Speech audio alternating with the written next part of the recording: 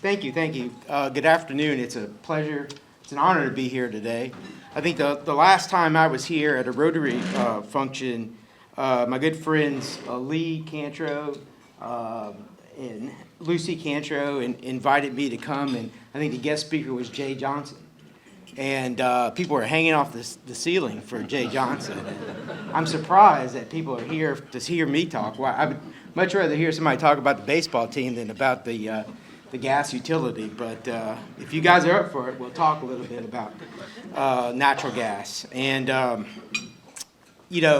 we've had an incredible run, as Barry was saying. This has been a process that I was with, and some of my partners at Bernard Capital Partners are here today. This is a process that we started over 2.5 years ago, and even back before then in our days of investing in Shaw and working with utilities. We've been very interested in working in and helping utilities throughout the country as they invest in their capital programs and as they work with regulated utilities throughout the country. And so what we observed, and it's not anything that's unique to us, it's you see it every day in the news, is that the regulated utilities, especially the electric utilities, are really at a inflection point. And the demand for electricity has never been higher with all of the AI investment that's going on. And we're very fortunate that that's occurring here in our state. And the grid is being invested in too. So deploying dollars into transmission and distribution of electricity, that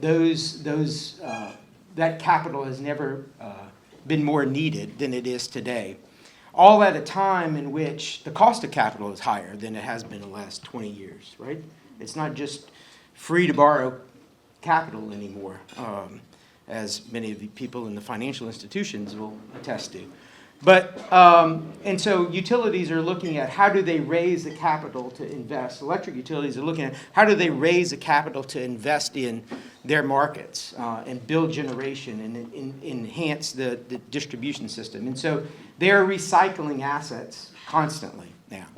And so there's a tremendous opportunity to invest in what we see as gas utilities, a safe, reliable, long-term investment play with predictable cash flows and regulated returns. And that's what makes investing in natural gas utilities good for the investor, good for the customers. But I think that we, as I transition in my role, is this, and I tell our regulators and I tell our customers all the time, we are blessed in a very unique perspective because we are a regulated entity. That doesn't mean that we're much different than any other business. We've been given an opportunity to serve a company, to serve a community, and have a contractual obligation to be a part of that community and to build that community and give back to the communities that we serve in. So that emphasis that we have is important. And we also approached our investments in natural gas business with the sense of the gas business provides reliability, provides resilience, it's affordable. The AGA estimates that, the American Gas Association estimates that a household that is heated by natural gas and uses natural gas to heat water and cook with saves over $1,100 a year compared to an all-electric home. And it provides the resiliency and the reliability that we need, especially in the area that we live in that so prone to storms, to provide backup standby power generation in our homes, in our hospitals, and our other community events. And it's a safe investment. The natural gas industry invests over $33 billion a year in investing in the modernization and the safety of natural gas systems and distribution systems. And so those factors, the affordability, the resilience, the community role, and the modernization all make this what we think is a very extreme investment. I think this is another thing that comes from the American Gas Association. I think it's very illustrative of where we operate in. And we made these investments in Louisiana and Mississippi, and it's very strategic from the standpoint of, obviously, these are states in which the regulatory environment for natural gas is very favorable. And that wasn't lost on why we made the investments. That's not the case throughout the country.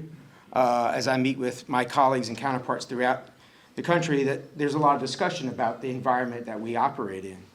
But if you compare the efficiency of natural gas compared to electricity, it's pretty remarkable. If you took, and this chart shows it, the same amount of MMBTUs of initial heat or power, right, that's used to generate electricity and transmit it through the lines, that 100 MMBTUs results in only 38% of MMBTUs delivered electricity that you can use at your house. The same amount of heat or energy usage that's produced out of the wellhead is transmitted to customers through our transmission and distribution system, and 92% of that gets to the house for energy consumption. So that's what makes it reliable. That's what makes it safe. That's what makes it efficient. And we're very proud to kind of walk in those shoes. Let's talk a little bit more about Delta Utilities. I tell my team constantly that we were the first startup public utility since 1938. Now, I don't know if that's really the case, but there are not a lot of startup utilities that go around, right? And we've adopted that. Whether it's true or not, we've adopted it. And we take that seriously. And that's a unique opportunity that we have to do something that was special and successful. So we serve about 600,000 customers. We acquired the natural gas operations that CenterPoint had in Louisiana and Mississippi. And we acquired the natural gas distribution operations that Entergy had, which specifically served this city and New Orleans. And those were completed in April and in June of this year. We are headquartered in New Orleans. And that was important to have a Louisiana-based company. And when Bernard Capital was going through the process, this was an opportunity that there were a lot of potential buyers and suitors for these businesses. And the business could have been acquired by a number of private equity firms or a number of other strategic organizations that would have gladly acquired them and moved the headquarters out of state. But, you know, in a lot of things that we do at Bernard Capital, we wanted to make sure we put Louisiana first and bring the jobs that could have left the state and kept them here. So we're headquartered in New Orleans. We're really founded upon that community theme. And while we started from scratch, so to speak, and we were a startup entity, we really started at scale. And those transactions were conducted in a very programmatic fashion over a year and a half period. We brought together 700 employees from the two organizations that we acquired, and we operate 5 different regulated utilities over 3 different jurisdictions. So we have regulated by the Louisiana Public Service Commission and Mississippi Public Service Commission and the City Council in New Orleans. We're one of the top 40 natural gas providers in the country, strictly natural gas providers in the country. And we've created about 200 new jobs here in the state, primarily in New Orleans and Baton Rouge and in Jackson, Mississippi. And we've really focused on what our mission, our core mission is to provide safe, reliable, affordable natural gas to our customers in the communities that we live and work in, that is fueled by exceptional customer service and driven by a skilled, safety-driven team. And we have a great group of employees that have come over to us. And I think it's really unique because we kind of adopted this startup entrepreneurial mindset early on. And I was really excited about, we have employees that came over from Entergy and CenterPoint and had been there 30 plus years, a lot of them. I mean, when you go to work for a utility, you usually don't leave. There's a lot of reasons for that. And there's a lot of excitement around that. But these people that have come over, our teammates that have come over, have really embraced that transition, and they get to be a much larger voice in a much smaller organization. And that really resonated, and it's their company now, right? We've taken two different businesses, one that was owned and operated by CenterPoint and one that was owned and operated by Entergy, and we're creating one Delta utility now. And so it's very exciting for us, and it's very exciting for all the people that traveled over with us. But really, we're driven by safety. You know, what we do is very serious. We take that responsibility seriously 24/7. We have extensive programs to monitor the safety and the reliability of our system that we operate every day. We have, driven by very aggressive response times when emergencies do arise, to make sure that we have a qualified, capable team that's on site that can address the situation at any period of time. And we really wanted to look at, as we're a startup company, look at customer service, look at it a little bit differently. Nobody likes to call the utility to ask questions about a bill, to set up service, or to stop service. But if you do, we want to make that as easy of an experience as possible. So we've got a lot of partners, Louisiana companies that have helped us through that process. We work with Paystar, we work with Barry's company, Mealy Printing, extensively to kind of help improve and build a customer service experience that we think is second to none. And reliability is another one of our key values. We have to be there when other people are not. So when the electricity is down and you have a standby gas generator, we're going to make sure that you're getting gas. I know that's in the top of everyone's mind. It's the most asked question that I get from time to time. And I can't talk enough about community impact, and whether it's Lake Charles or Shreveport or Jackson or here in Baton Rouge or New Orleans, the 900 employees that we have and the 600,000 customers that we serve are all important. And we want to make sure that we're giving back to the community much more than just a given company or given utility. This is our footprint. So we are the largest regulated gas distribution company in the state of Louisiana. And we're the only one that's headquartered here of that size. So we serve from the western half around Lake Charles through Bogalusa is our furthest eastern office. The blue represents the service territories that we acquired from CenterPoint Energy, and the green represents what we acquired from Entergy, which was East Baton Rouge Parish and Orleans Parish. And to get there was quite a challenge. Going back to the sports analogy with Jay, and I won't talk about the football team, but we all want to be undefeated. And so we had to be undefeated in this process. So we were 5-0 in terms of 5 different regulatory approvals across 3 different jurisdictions. And I would say we were unscored upon because they were all unanimous approvals. So we have an outstanding team that put together a very extensive process. We prepared over 2,200 pages of documentation to step into the shoes of the existing regulatory bodies, the existing regulatory regime of the legacy companies. We proved out 18 factors that illustrated the benefits of this acquisition, and there are over 2,700 pages of public documentation associated with that transaction. And we really did step into the shoes of the existing utilities. There were no rate increases associated with the transaction.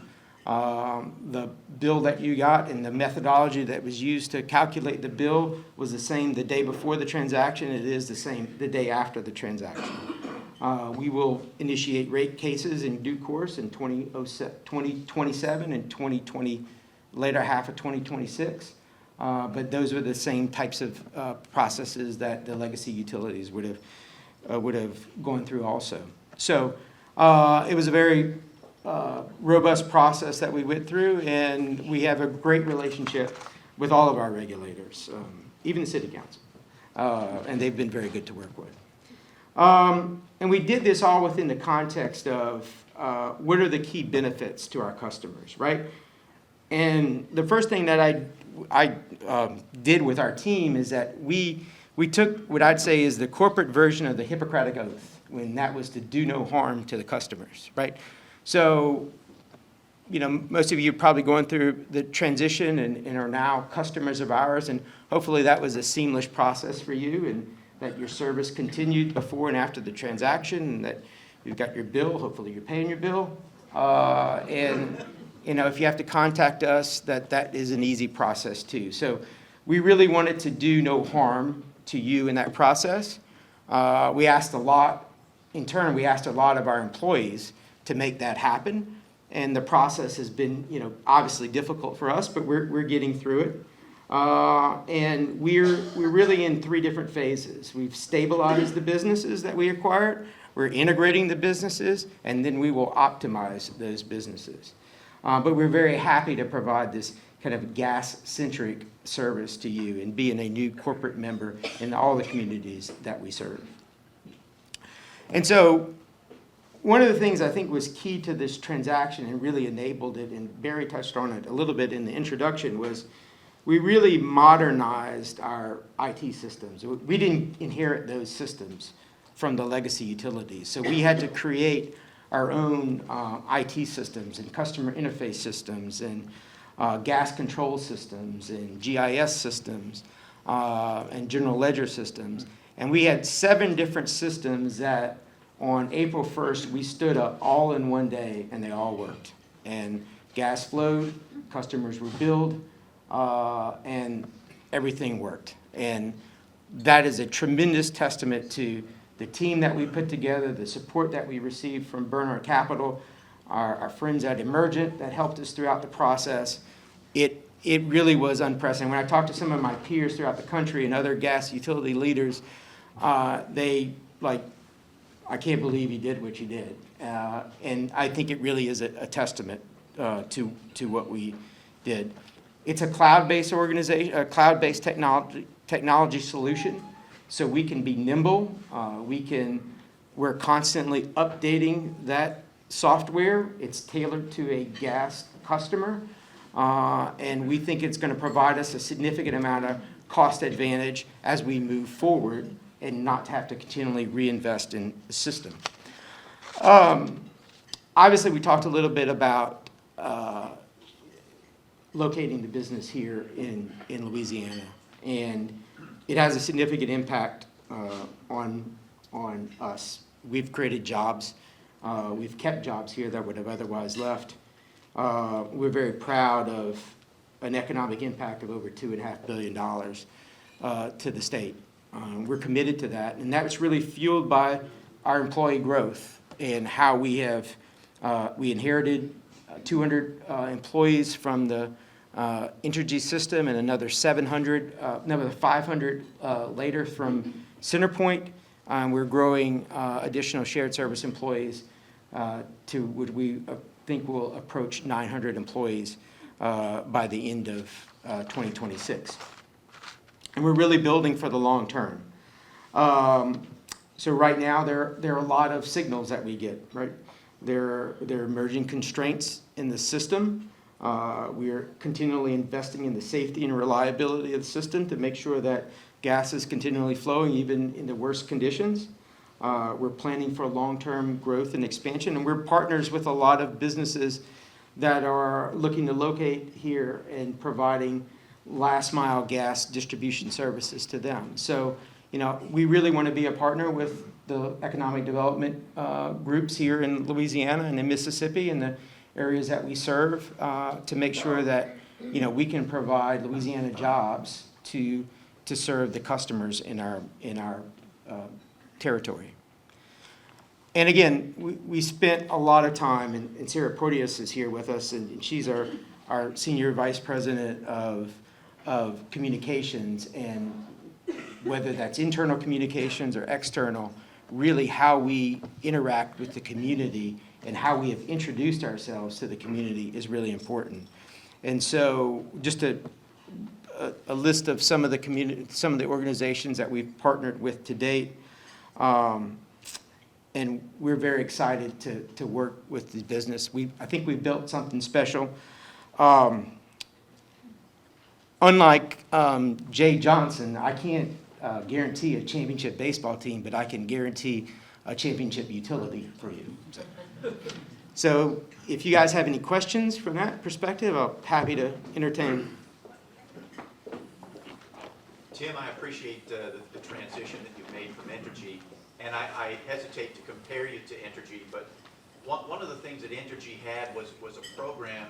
I have 7 homes located throughout Louisiana that's in that footprint now.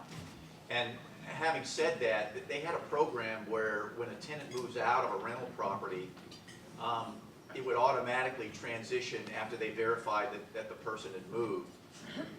That bill would then suddenly come to me so that I could maintain the house, do repairs, rehab, fix it up, clean it up. And I didn't notice if Delta had anything like that. So similar. So we have about 54%, 56% of our customers have signed on and registered accounts with us today. I mean, even if you don't sign up and have an online account, you're still going to get gas service and you're still going to get billed and hopefully you're still going to pay. But if you register for a Delta account, there's opportunities for you to manage that customer experience in that way by signing on to those accounts. And that process is evolving and growing, but I hear what you're saying, and we can provide similar type opportunities that exist from that perspective. It's really how we are directing bills to directing who controls the physical address of the location. So yes is the short answer. Okay, thank you. But make sure you sign up at deltautilities.com. So I have a question. No worries, it's not a mental health question. I worked at Entergy for 17 years, so I actually did get away. But I do want to know, because Entergy had a monopoly on the electric and the gas services, there were some subdivisions that were created that only served one or the other. I'm one of those subdivisions that was developed in the early 2000s that only served electricity. So I want to know, does Delta plan on trying to expand their footprint to those subdivisions that were not offered the gas utility services? Because I don't want to have a propane tank if I want to put a generator service in my home. Right. So we do that all the time, right? We will evaluate neighborhoods that are. The problem with that situation is that it's hard to when your house is built and it's all electric, right? There's a significant amount of expense that you're going to incur to replumb your house, to buy new appliances, and so there's municipalities that we're looking at constantly here in Mississippi to do that. But if there is enough demand for people to have gas service for standby generation, then we certainly will look at how we can expand service. What is the outlook for the supply of natural gas, considering that we've read so much nowadays about the exporting of LNG and these huge projects that are dedicated to that? Previously, they used to just flare off now. That's a good question. And, so we're very fortunate of where we're located and, production of natural gas. I would say that, it is the constraints that exist, to the extent that they're not upstream. They're not at the wellhead. Right? There's an ample amount of gas that can be produced, whether it's in the Haynesville, whether it's Permian gas. The constraints that exist are in the midstream, right? Getting from the wellhead to the city gates where we buy gas, and right, in the capacity in midstream pipe capacity. So, colleagues that I have throughout the country, that is certainly on the top of their list. Even, we have 5 different utilities, right? 5 different regulated utilities: North Louisiana, South Louisiana, Mississippi, Baton Rouge, and New Orleans. One of those utilities is right in the middle of the Haynesville Shale, North Louisiana. That is the most constrained midstream gas environment that we operate in. So I'm not necessarily as concerned about the availability of gas. I'm concerned with the availability of moving molecules from one point to another.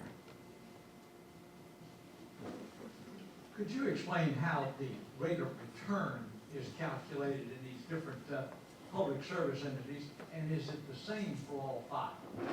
It is not the same for all 5. It is generally plus or minus a few basis points, around 10%.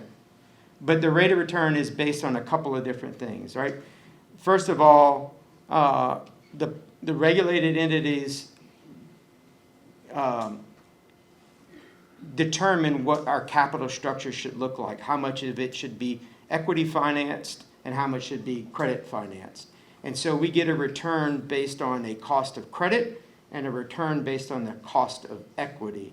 And that return is based on our rate base. And our rate base is basically the assets that we have in the ground. And so for every dollar that we put in the ground to increase the pipe or improve the pipe or put new meters or new service,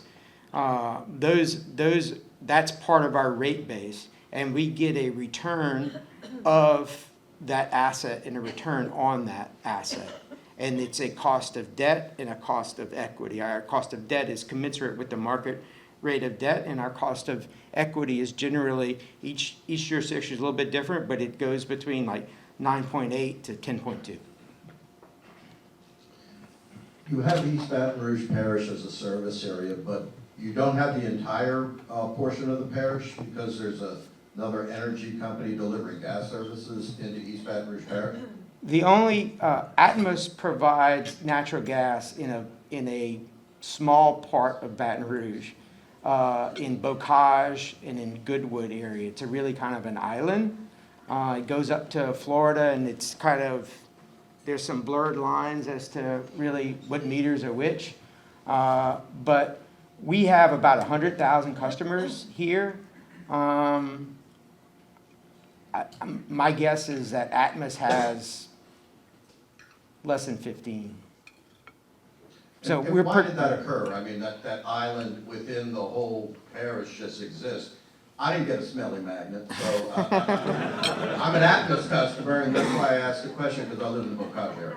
Yeah, and I run through Poche almost daily, and they're going through a lot of capital replacement in there, and but I don't know really how that existed. Maybe the history part that I know is that the gas business in that Entergy had, New Orleans and Baton Rouge, they acquired the Baton Rouge assets from Gulf States Utilities in 1993 or 1994, and they operated that. I don't know, the predecessor of Atmos was Louisiana Gas, I think. I don't know how that island crept up. Question, if you go to the Paystar to pay your bill, which you mentioned a couple of times, you can't see how many CCFs you actually have used for that amount of money. Is there something that can be done to the website so that we can add that piece to it? I'll make sure that we can address that. That it should be on your bill or your on your bill. Yeah. Paperless, you don't see it. Yeah. Okay. I have one. Sure. Since you guys have taken over, the bills have gone up compared to energy. Can you address that? So the question was, since we took over from Entergy, the bills have gone up. I would say that gas bills constantly fluctuate, right, because of the price of gas. Because Entergy Entergy and us, we pass on the gas cost. We do a lot to mitigate that gas cost, but the bills constantly fluctuate, month to month because of gas prices. We have hedging programs in place to kind of mitigate gas costs, just similar to what they had. In fact, the person that ran their gas supply process now runs our gas supply process, the Atmos one, I'm sorry. So there's constant fluctuations in Louisiana and Mississippi. There's also what they're calling formula rate plans. And those rate plans that we inherited, they provide for programmatic changes to bills. So there's constant, on year-to-year basis and a month-to-month basis as gas prices change, there are constant changes to the price of gas. But what we have committed to is that we are not seeking a rate change that changes that formulaic plan that's in place.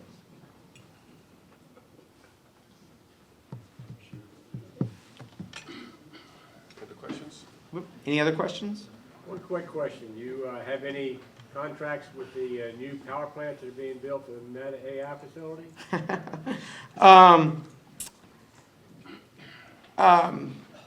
We're certainly, I'll retract my question. we're certainly looking at a lot of different economic development opportunities. Yeah. One question, you mentioned the pay star. First of all, thank you for the transition. It has been seamless. Thank you. Lots of reminders. I get a text, an email, a mail, and I usually respond to one of the three. And thank you for that. Thank you. Each one has a service charge. I know the water company doesn't charge, energy doesn't charge, but y'all have a $1.75 service fee for each one. And depending on the bills I'm paying, daughters, kids, it could be 6% or sometimes almost 17% of the bill. I was wondering if there's be a way to match energy and the water company with those service charge. This service charge, that's part of your bill or part of the what you pay from a convenience perspective? Convenience fee. Okay. Yeah, I hate to say that the water company and energy didn't charge that. Yeah, and, we've looked at that, and we think that they were kind of aligned with what Entergy was doing. I think what we've done is made things a little bit more transparent in the process, and that's good and bad. But we're constantly looking at ways to kind of facilitate payment and make it less burdensome from everyone. That was the last question. Okay, thank you.